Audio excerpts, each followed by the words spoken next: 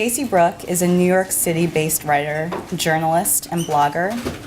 Founder of the fashion blog etsybrook.com, Stacey has also written for websites such as The Hollywood Reporter, ifc.com, thehairpin.com, tour.com, and the Etsy Stork Block. Her Etsy Brook posts have been picked up by BuzzFeed, The Daily What, and Geeks Are Sexy. In 2011, she was awarded honorable mention in the annual Writer's Digest writing contest in the memoir personal essay category. Stacey is currently working on a book of personal essays about her family and her New York City dating life, which has been populated with absolutely no weirdos whatsoever. And also, just so you all know, Stacey's beautiful personal essay chapbook is available in the back where the woman with the raised arm, or man, I'm very nearsighted, I'm sorry. So that will be there all night. So please give a round of applause for Stacey.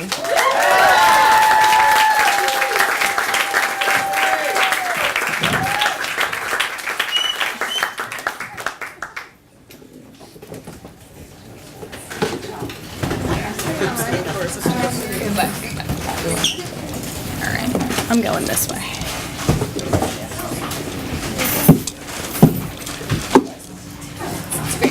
Right? So gracefully. Okay.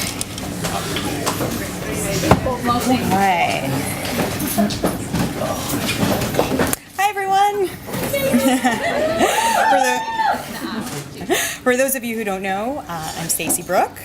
And I'm going to read excerpts from a few different pieces for you tonight. The first one is about the oft-debated subject of who should pay for first dates, a question that after a decade of power dating in New York City, I still don't know the answer to, but we're going to try and figure it out together. This piece is dedicated to my grandmother who turned 88 yesterday. Everyone, happy birthday, Grandma! And the piece is called On Going Dutch. These days, it is easier to detect pregnancy, to predict snowstorms and hurricanes, to guess who cut the cheese, to determine who killed what party guest, where, and with what weapon than it is to figure out whether or not a man will pick up a check on the first date. Sometimes you have more of an idea going in than others. The guy I met on the street in his bunny slippers, hauling bags of dirty clothes to the laundromat. The one who dragged me around Long Island City in the freezing rain and cold, refusing to defect to an actual indoor activity, though I shivered and shook, wiping my streaming eyes on my gloves as I battled windburn. When we finally moved inside after ages of unaddressed struggle, I knew I was paying for my own burrito. But nowadays, there are no rules. Miss Manners' formula is fucked. Whether or not a man will offer to pay for a woman is determined by so many different factors, you need a statistician or supercomputer to spit out all the permutations. Are you already friends? Who makes more money? Who asked you out? Does he think he's getting laid? Is it raining? When was the last full moon? Things weren't always so complicated. Most likely your parents didn't have to think about who was paying the bill. Your grandparents certainly didn't have to. If Alan Peltz, a gifted but humble furrier from Brooklyn, let Loretta Slomak, Hicksville's buxom, bottled redhead, go Dutch on their first date back in 1940, I would not be here with you today. If, after a night of dancing the foxtrot, the check landed on the table and my future grandfather looked at my future grandmother expectantly, wondering to himself, when is this broad going to cough up her share of the tab? There is no doubt that skinny man with a pencil mustache would never have scored the sexiest woman ever to don a house dress. A woman who knows more about sports than most men, and who would later bring him yodels pulled from the freezer exactly 25 minutes before they were served to him in his favorite recliner so as to be consumed delightfully chilled, not frozen, but not quite at room temperature. Because if that extraordinary woman was asked to pay for her first date, she would have turned on her sexy suede heels so fast my poppy's head would have spun around twice, the scent of Elizabeth Taylor-inspired perfume lingering to torment him for the rest of his life. Fortunately, Poppy had enough sense to recognize his future wife, hand roller of matzo balls, wearer of wiggle dresses, rearer of neurotic children, at first sight. And on that September night, I'm certain he gave not a bit of pause when the check landed on the table. It came to him as naturally as smoking a pack of cigarettes over an afternoon coffee or eating a breakfast comprised only of prunes.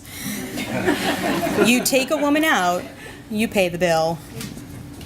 When the first signs of formal dating etiquette started to take shape in the 1920s, men unequivocally made more money than women, and thus it was assumed a man would pick up the tab. The idea of a woman paying her own way on a date has only started to come under consideration in the last 30 to 35 years. When first-wave feminism swept the United States and the 19th Amendment was passed awarding women the right to vote, for some reason the highly incendiary subject of dating etiquette wasn't put to Congress for discussion. But once women achieved pay equity by law in the 1960s and began to rise in the workplace, they also started offering to pay for their own rigatoni alla vodka. The expression going Dutch originates from the Dutch door, a barn door that splits at its horizontal equator, a line that now cleaves a couple's check down the middle, to allow the top and bottom portions to swing open separately and for men and women's romantic messages and intentions to either align or swing wildly in different directions. Going Dutch is the only phrase in the English slang lexicon that refers to the ever more complex and confusing lives of single folks around the globe. How charming that a Dutch wife can refer both to a blow-up doll or a prostitute, so that even as women inherit equality over dinner, they're still only a word away from being paid for sex.